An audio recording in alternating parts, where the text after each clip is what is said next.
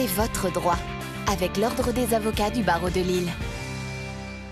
C'est votre droit sur Grand Lille TV en association avec l'Ordre des avocats du barreau de Lille. Maître René de Spiglar est avec nous, bonjour. Bonjour. Nous allons évoquer ensemble la clause de non-concurrence. D'abord évidemment une définition. Qu'est-ce qu'une telle clause ?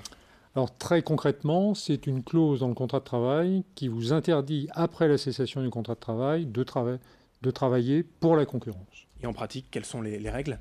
Les règles, il faut savoir que vous avez de manière générale une obligation de loyauté, clause de non-concurrence ou pas, qui s'applique pendant et après le contrat de travail.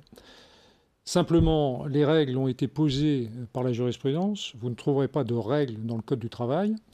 Et la jurisprudence, au fil du temps, a accepté le principe d'une clause de non-concurrence en limitant dans le temps quant à l'activité et par rapport à un objet précis et surtout en considération d'un intérêt légitime pour imposer une telle clause. Voilà. Y a-t-il pas une contrepartie pécuniaire tout de même ? Très récemment, depuis 2002, puisque la Cour de cassation a posé des arrêts de principe en juillet 2002. Avant, il n'y avait pas d'obligation de contrepartie pécuniaire, sauf certaines conventions collectives comme celle des VRP qui posaient cette exigence. Depuis 2002, la contrepartie est nécessaire pour la validité de la clause de non-concurrence. On l'apprécie différemment parce qu'il n'y a pas de critères référentiels objectifs, mais au minimum, c'est 30%, 50%, jusqu'à un tiers du salaire pendant la durée interdite. Prévu dans le contrat, ça, ou pas ?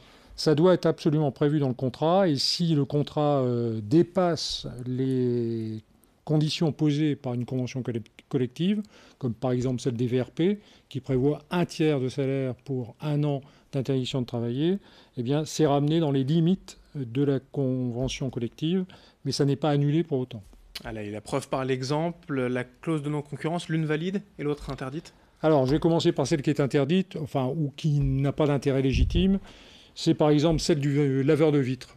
Il est complètement stupide d'imposer une clause de non-concurrence à un laveur de vitres, quel que soit l'employeur pour lequel il travaille après, parce qu'on ne protège pas un secret.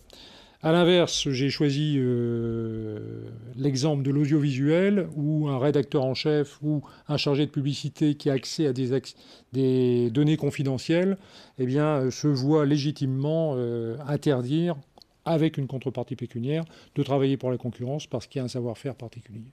Voilà. Merci, Maître René de Spiglar, avocat à Lille, donc pour évoquer la clause de non-concurrence. C'est votre droit en partenariat avec l'Ordre des avocats du barreau de Lille. C'est votre droit, avec l'Ordre des avocats du barreau de Lille.